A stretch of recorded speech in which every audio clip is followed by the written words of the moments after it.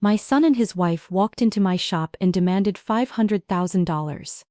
The same son who threw his pregnant 16-year-old daughter out in the rain 10 years ago. The same daughter I took in when she had nowhere else to go. Now they see the business we built together, the success we fought for, and they think they deserve a piece of it. We're family, his wife said. You owe us. I looked at them standing there in my office. Entitled. Confident. A cult pastor beside them, smiling like he had already won. They had no idea what I had been preparing for years. They threatened to destroy everything. Our reputation, our customers. They said they would tell everyone I stole their daughter and manipulated her. The same daughter they called a disgrace. The same daughter they threw away like garbage. My granddaughter stood beside me, the woman she had become, strong and unafraid. And I reached into my desk drawer. What came next, they never saw coming. Because when you abandon your child, you lose the right to profit from her survival. And I was going to make sure they understood that. Before we continue, please leave a comment telling us where you're watching from, and subscribe to Never Too Old channel. We're creating a community of incredible people who know that our best chapters can happen at any age. Now, back to the story. I was counting receipts at the kitchen table when the knock came.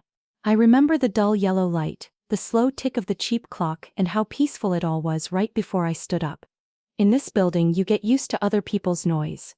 There was nothing friendly about the sound on my door. It was urgent and sharp, not the kind of knock you hear from someone who wants to borrow sugar.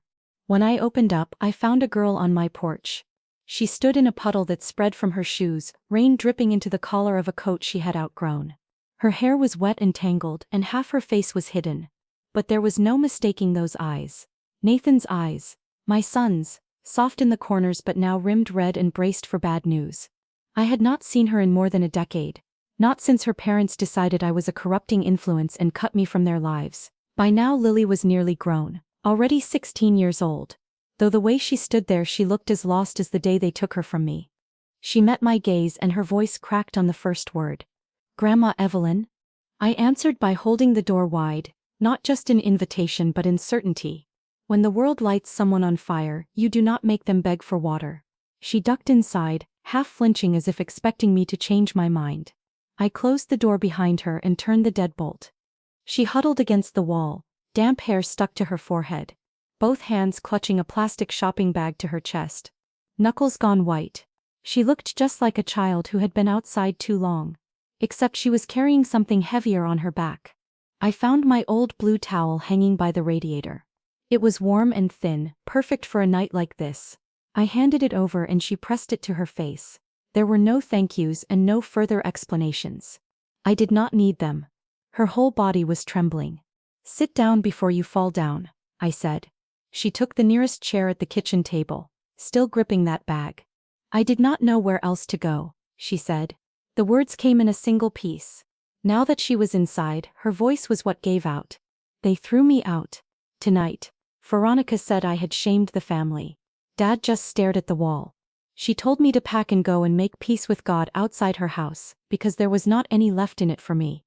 She kept her eyes on the pattern of the tabletop, like she could disappear into it.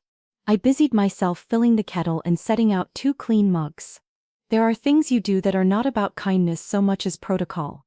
A way to tell the world it has not broken your routine, only rearranged its meaning. I glanced at the wall and could not keep my voice quite as steady as I would have liked. I take it your father did not disagree with her. Am I right? Lily shook her head. A tear slipped down her cheek, and she wiped it away with the corner of the towel.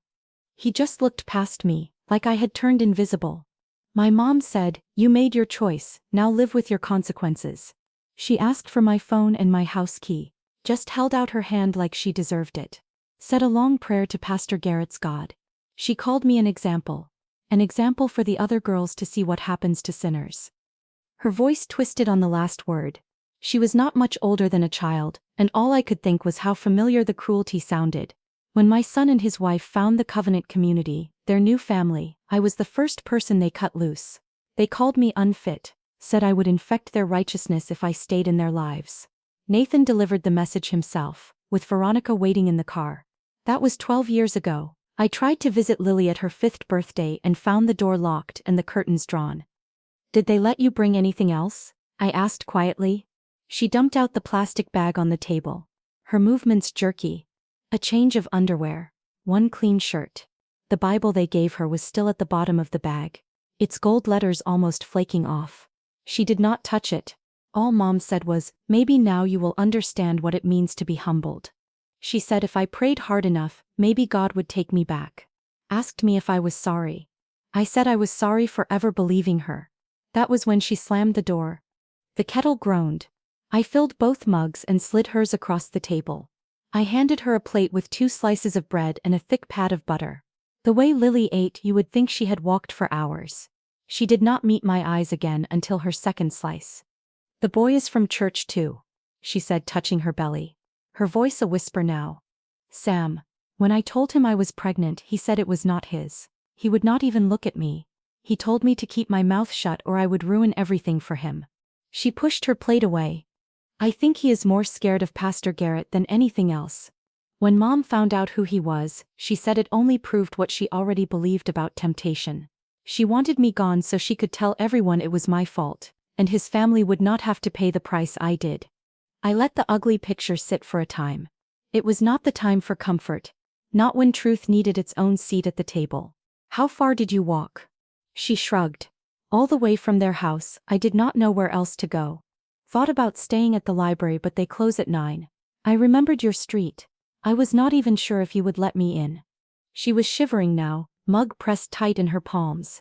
"The cold is not your fault," I said, "and neither is their stupidity." I got a blanket from the closet and draped it around her shoulders. Soft but not special. Ordinary objects for extraordinary circumstances have their own dignity. I sat across from her and folded my hands, letting her speak if she wanted. After a while she did. "I thought maybe you hated me for who my parents are." That landed harder than anything so far. I took a slow breath. "No. I never hated you, I hated what they became. But I always wondered about you every birthday. I kept hoping they would snap out of it. Never expected them to turn on their own daughter. Or maybe I did, and that is why I kept a clean pillowcase in the closet." She tried to smile. "They have rules for everything," Lily said.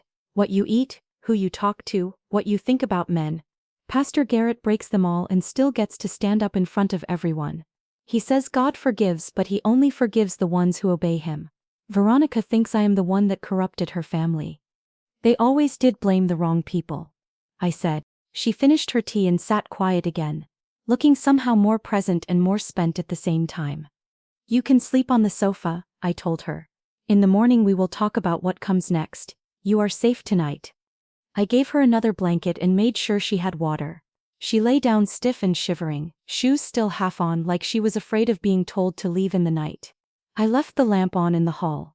I have handled enough emergencies to know that sometimes what people need most is just to see that the darkness is not complete. I sat at my kitchen table and looked at the spot where my son used to sit when he was her age. I wondered if there was something I missed when he was growing up. Some sign that faith would become cruelty when it was paired with power. I resolved not to miss any sign in Lily that pointed to bitterness or surrender. The clock ticked and the apartment settled back into quiet. That night I did not sleep much. Her breathing became slow and even, the first sound of hope in my old apartment in years. I watched dawn come in soft through the blinds and I decided, no matter how everything else turned out, I was not going to let Lily pay twice for someone else's mistakes. Some families throw people out. Some open the door. The first morning, Lily woke before I did. I came out of my bedroom and found her sitting upright on the sofa, hands folded in her lap, staring at nothing. The blanket had slipped to the floor. She looked like she had been awake for hours. "How about some coffee?" I said. She nodded but did not move right away. I went to the kitchen and put the kettle on. Sliced bread, found the butter. By the time I turned around, she was standing in the doorway, arms crossed tight over her stomach. "I don't know what I'm supposed to do," she said. I set a plate in front of her. "Eat first, then we'll figure it out." She ate slowly, chewing like she was thinking through every bite. When she finished, I handed her a dish towel and nodded toward the sink. "You can start by helping me with dishes. Then we'll go to the shop." The shop was 2 blocks away, a narrow storefront wedged between a dry cleaner and a tax office. The sign out front said Crawford's Organic in faded green letters. I had opened it 8 years before, after my husband died and left me with a mortgage and no plan. It was small. 4 aisles, a cooler in the back, and a register that jammed if you hit the buttons too hard. But it paid the rent, and some months it paid more than that. Lily followed me inside and looked around like she was cataloging exits. Stock goes on the shelves by category, I said. Canned goods here, dry goods there. If someone asks a question and you don't know the answer, come get me. Don't guess. She nodded. I handed her a box cutter and a stack of invoices. She got to work without asking for more instructions. I liked that. The first customer came in around 9. Mrs. Callahan, who bought the same 6 items every week and liked to talk about her grandson. She glanced at Lily and raised an eyebrow. New help? She asked. Family, I said. That was all I gave her. Mrs. Callahan looked like she wanted more, but I turned back to the register and she let it go. Lily worked quietly, keeping her head down. She made mistakes, put the soup in the wrong section, priced the tomatoes by the pound instead of by the item. I corrected her without making a scene. She learned fast. At lunch, I showed her the back office. A desk, a filing cabinet, and a calendar covered in my handwriting. I pulled out the ledger and walked her through the numbers. Income, expenses, profit. She listened with her arms folded, brow furrowed. This is how you survive, I said. You track every dollar. You don't guess, you don't hope, you count. She picked up a pen and started copying figures into a notebook. I left her to it and went back to the floor. By the end of the week, she could run the register without help. By the end of the month, she knew the regulars by name. I did not ask her about the baby until she brought it up herself. I have an appointment next week, she said one evening as we locked up. At the clinic. I'll take you, I said. The appointment turned into appointments. Lily's belly grew slowly at first, then all at once. I bought her maternity clothes from the thrift store and made sure she ate more than toast. She started online classes for her high school diploma, working through modules late at night after the shop closed. When the baby came, it was fast and hard. Lily labored for 12 hours in a room that smelled like bleach and fear. I stayed beside her the whole time, holding her hand when she needed it, and stepping back when she did not. When Sophie finally arrived, red-faced and screaming, Lily cried for the first time since that night on my doorstep. I took the baby while the nurse cleaned Lily up. Sophie was small, wrinkled, and loud. I wrapped her in the hospital blanket and rocked her until she quieted. When I handed her back to Lily, I saw something in my granddaughter's face that had not been there before. Not happiness, exactly. Resolve. We're going to be okay, Lily said. I believed her. The first year was hard. Sophie cried at night and Lily learned to function on 4 hours of sleep. I helped when I could, but Lily wanted to do most of it herself. She fed Sophie, changed her, rocked her to sleep, and still showed up at the shop every morning by 8. I watched her grow into it, the same way I had watched her learn the register. One mistake at a time, one correction, one small victory. By the time Sophie turned 2, Lily had finished her diploma and started taking business courses online. She had ideas, good ones. She suggested we expand our produce section, start carrying local honey, add a small section for bulk grains. I let her try. Most of it worked. The shop grew, not overnight but steadily. We added a second location 3 years later, then a third. Lily managed the new stores while I kept the original running. She hired staff, negotiated with suppliers, built relationships with farmers I had never heard of. She was good at it, better than I had been at her age. Sophie grew up between the aisles. She learned to count by stacking cans, learned to read by sorting labels. By the time she was 8, she could run the register as well as any adult. Customers loved her. She was polite, quick, and had Lily's smile. We were not rich, but we were stable. We had a rhythm. Morning shifts, inventory checks, evening counts. Lily cooked dinner most nights. I helped Sophie with her homework. We did not talk about Nathan or Veronica. There was no point. They had made their choice, and we had made ours. When Sophie turned 10, a journalist contacted us. She was writing a feature for a regional business magazine about family-owned companies. She wanted to profile us. Lily was hesitant, but I said yes. We had nothing to hide. The interview took place at the original shop. The journalist, a woman in her 30s with a recorder and a notebook, asked about our story. I told her the basics. Widowed, started the business, brought my granddaughter in to help. Lily added her part. Single mother, built a career, expanded the company. Sophie sat beside us grinning. The photographer took pictures, us behind the counter. Us stocking shelves. The three of us standing in front of the store. I watched Lily smile for the camera and thought about how far we had come. The article came out 2 months later. The headline read, "From Nothing to Thriving, a Family Success Story." There were photos of all three of us, quotes about perseverance and community, a sidebar about our expansion plans. Lily bought 5 copies at the newsstand and brought them home like trophies. That evening we closed the shop early and went out to dinner. A small Italian place 2 blocks over. The kind with red checkered tablecloths and candles and wine bottles. Sophie ordered spaghetti and got sauce on her chin. Lily laughed, wiping it off with a napkin. I watched them across the table and felt the weight of 10 years settle into something I could almost call peace. "We should celebrate more often," Lily said, raising her water glass, "to family." Sophie clinked her glass against ours, grinning. I lifted mine and nodded. The word family had a different shape now than it did when I was young. Smaller in some ways, stronger in others. When we got home, Lily hung the framed article in the back office, right above the desk where she did the books. She stood back and admired it, hands on her hips. "This is proof," she said, "that we made it." I nodded, but I did not share her certainty. Proof was one thing. Protection was another. The next morning, I opened the shop as usual. Mrs. Callahan came in and congratulated me on the article. So did the mailman, the woman from the dry cleaners, and 3 customers I had never seen before. By noon, the phone had rung 4 times with people asking about wholesale orders. Lily fielded the calls with confidence, taking down names and numbers, promising follow-ups. I watched her work and felt the old worry creep back in. Success had a way of drawing attention, and attention was not always kind. For 10 years we had built our life quietly, without fanfare or interference. Now our faces were in a magazine, our story was public, and anyone who wanted to could find us. That night, after Lily and Sophie went to bed, I sat at the kitchen table with the article spread in front of me. I read it again, slower this time, looking for anything that might have given away too much. Our address was not listed, but the name of the shop was. The neighborhood was mentioned.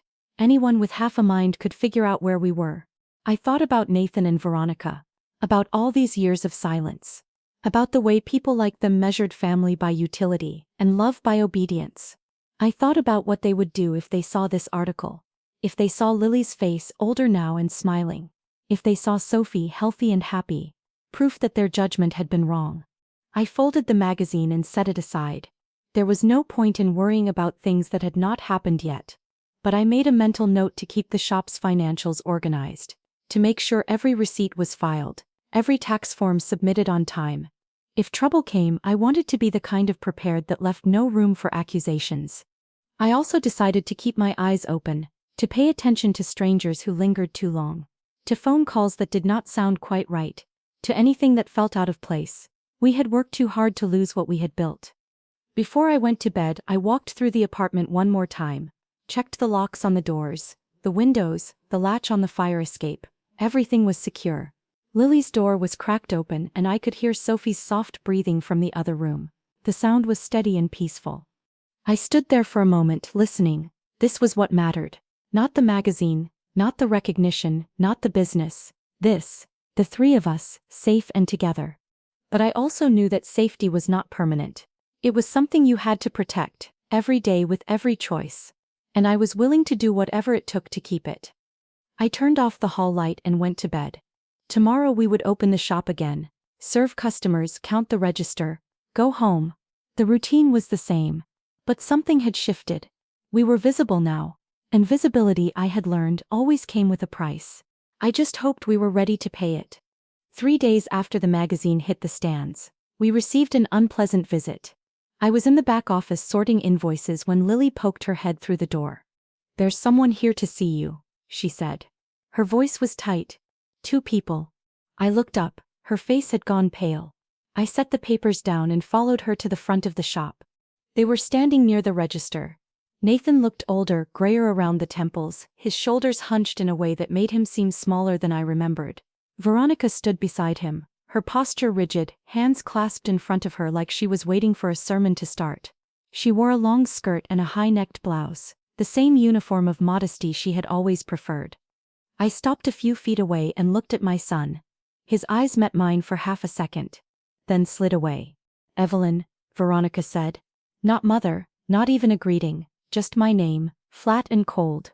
Veronica, I said. Nathan. Nathan shifted his weight but said nothing. Veronica's mouth thinned.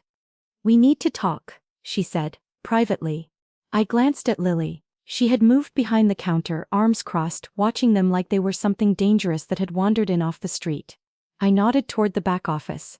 Follow me. The office was small. 3 chairs, a desk, a filing cabinet.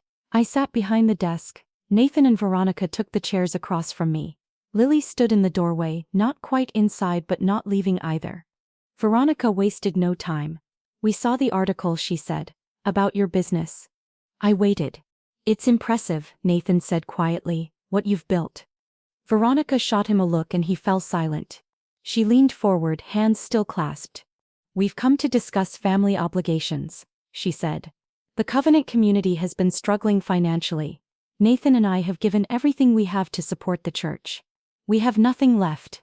And then we see this. She gestured vaguely, as if the magazine were sitting between us.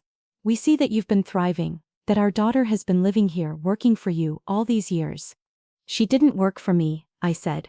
She worked with me, there's a difference. Veronica ignored that. As her parents, we have a right to share in what she's built. What you've both built using our child. Lily made a sound in her throat.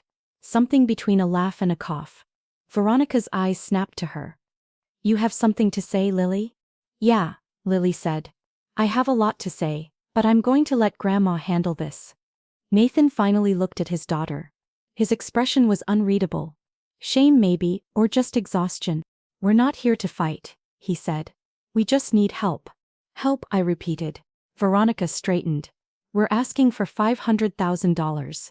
It's a reasonable amount given the success of the business. We're family, families help each other. I let the number sit in the air for a moment. 500,000. A sum that would cripple us, force us to sell at least 1 location, maybe 2. A sum they had decided we owed them. And if I say no? I asked. Veronica's smile was thin and sharp. Then we'll have no choice but to tell people the truth. That you stole our daughter. That you manipulated a vulnerable teenager and turned her against her own parents. That you've been using her all these years to build your little empire. That's a lie, Lily said, her voice hard. Is it? Veronica turned to her. You were 16, pregnant, scared. She took advantage of that. She brainwashed you into thinking we were the villains. You threw me out, Lily said. You called me a disgrace. You gave me a Bible and locked the door. Nathan flinched. Veronica did not. We were teaching you accountability, Veronica said. You made a choice. We were helping you understand consequences. You were protecting yourselves, Lily shot back. You didn't want the church to know your daughter got pregnant. So you got rid of the problem. Veronica's jaw tightened. We did what was best for everyone. For you, Lily said, not for me. I held up a hand. Enough. The room went quiet. I looked at Nathan. He was staring at the floor. You want $500,000, I said. Or you'll go to our clients, our suppliers, and tell them I'm a manipulative thief who brainwashed your daughter. We'll also go to the media, Veronica added. Tell them about the teen pregnancy, about how you hid her away and built a business on her shame.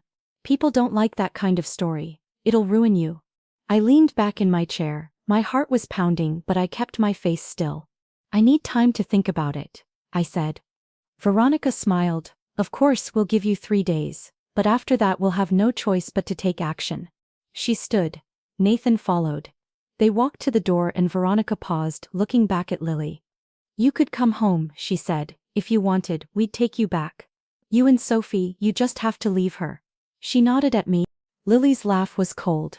I am home. Veronica's expression hardened. Then you've made your choice. They left. The door chimed as they walked out. I sat in the office, hands flat on the desk, breathing slowly. Lily came in and sat down in the chair Veronica had vacated. They're insane.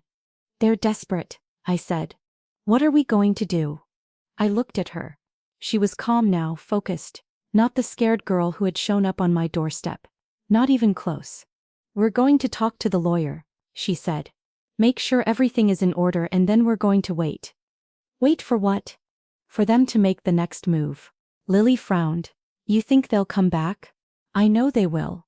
She was quiet for a moment. I'm not afraid of them. Good, I said, because this is going to get worse before it gets better. The next morning I called our lawyer as I promised Lily to calm her down.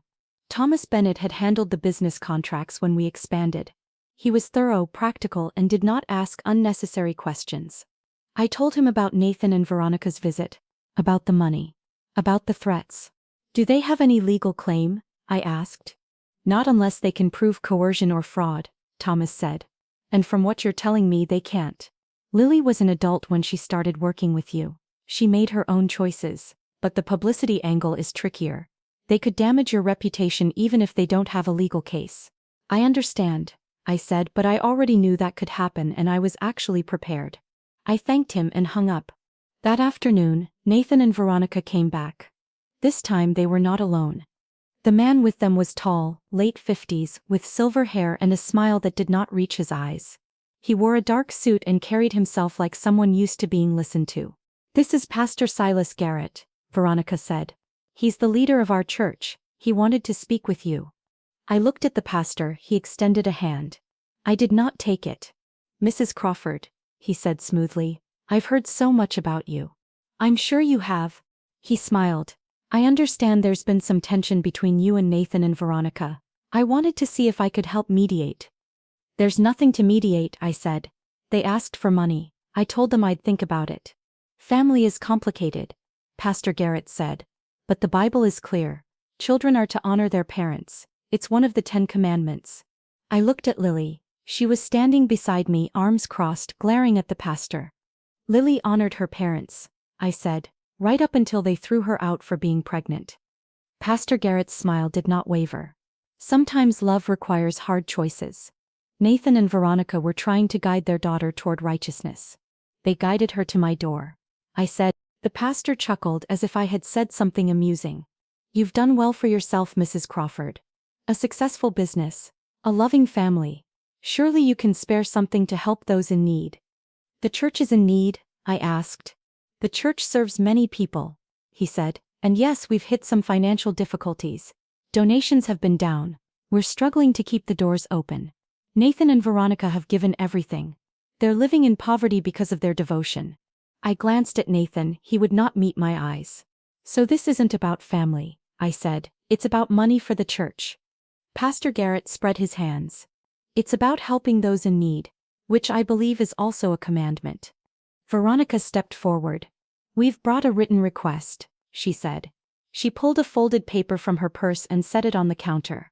It outlines what we're asking for. $500,000.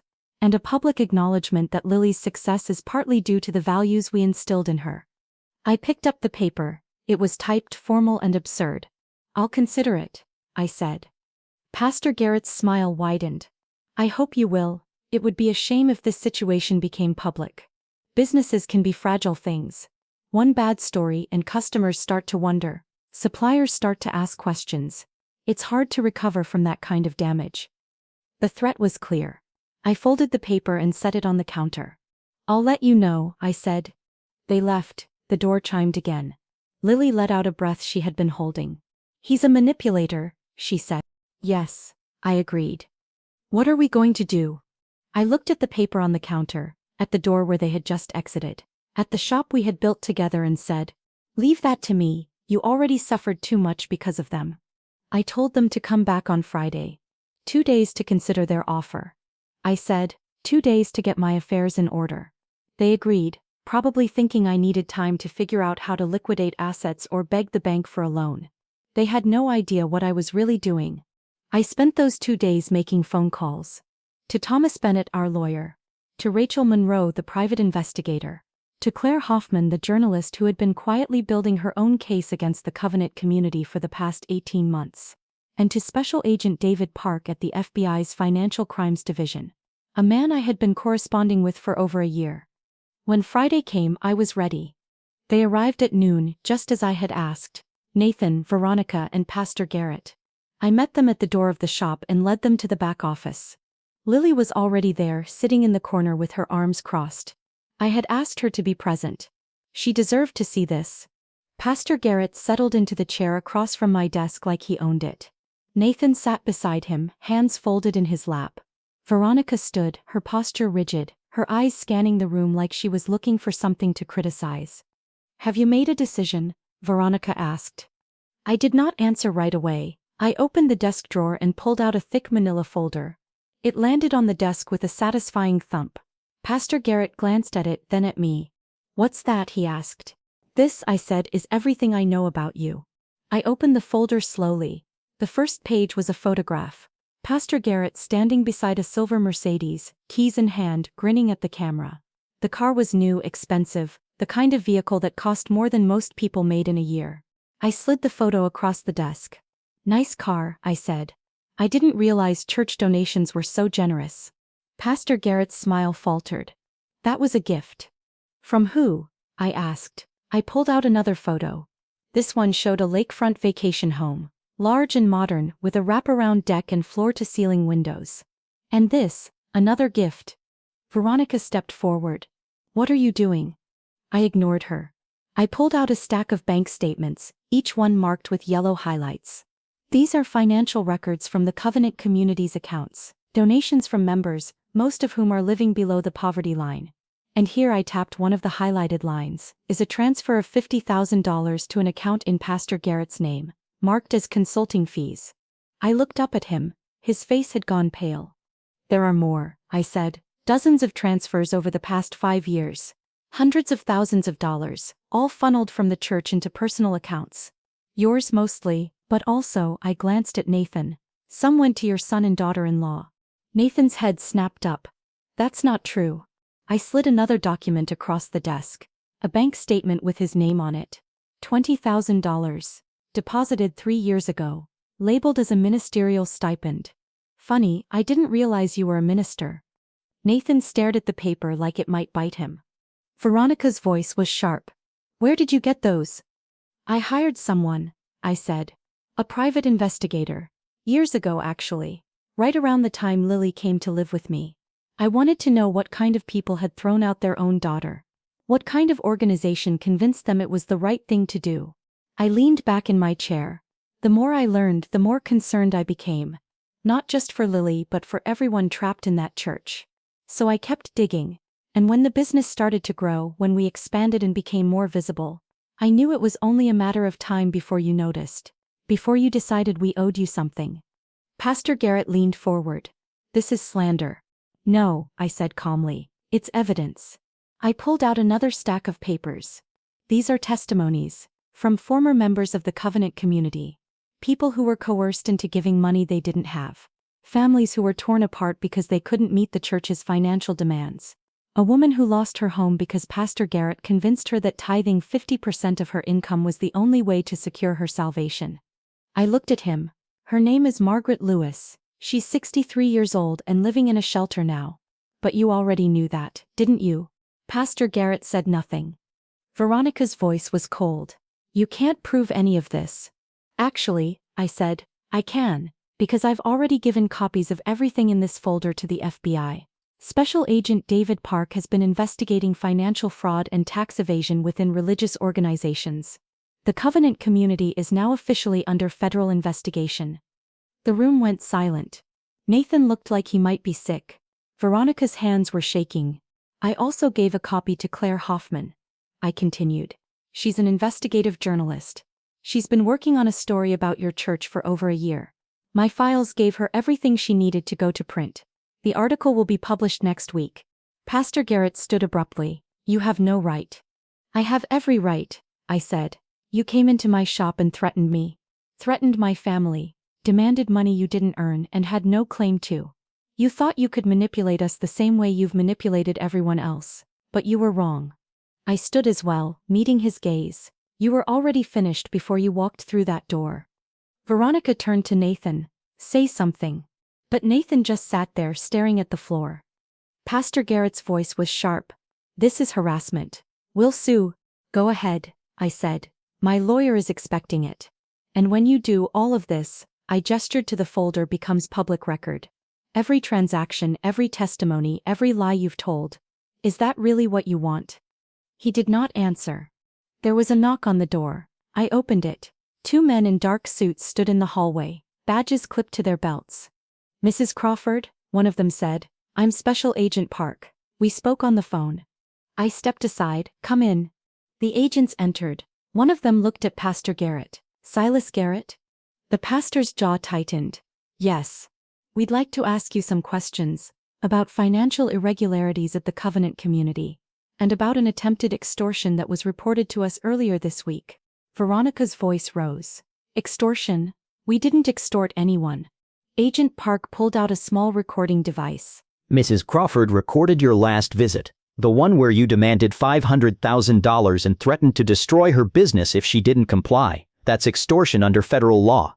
I had not mentioned the recording. I wanted to see their faces when they realized how thoroughly I had outmaneuvered them. Nathan finally looked up. His voice was quiet. "Mom." I looked at him. My son. The boy I had raised, the man I barely recognized. "You threw out your daughter," I said. "You let that man," I nodded toward Pastor Garrett, "convince you that cruelty was righteousness. And when you saw that she had survived without you, that she had thrived, you decided you deserved a piece of it. Not because you loved her, because you needed money." Nathan's eyes were wet. "We were desperate." "You were selfish," I said. "There's a difference." Agent Park gestured toward the door. "We need you to come with us. All three of you." Pastor Garrett tried to argue, but the other agent cut him off. "You can cooperate now, or we can make this more difficult. Your choice." They left quietly. Nathan looked back once, but I did not meet his eyes. Veronica walked out with her head high, still clinging to whatever dignity she thought she had left. Pastor Garrett muttered something about lawyers. When the door closed, the office was silent. Lily stood and walked over to me. She did not say anything, she just put her hand on my shoulder. I looked at the folder on the desk, at the years of preparation that had led to this moment. I did not feel triumphant. I did not feel relieved. I just felt tired. "Is it over?" Lily asked. "Not yet," I said, "but it will be." She nodded. We stood there for a moment, the two of us, in the small office we had built together. Outside, the shop was still running, customers were still shopping, life was still going on. And we were still standing. The news broke on a Tuesday. I was restocking the produce section when Lily called me over to the register. She had pulled up an article on her phone, headline bold across the screen, "Cult Leader Arrested in Multi-Million-Dollar Fraud Scheme." I read it standing there, hands still smelling like apples.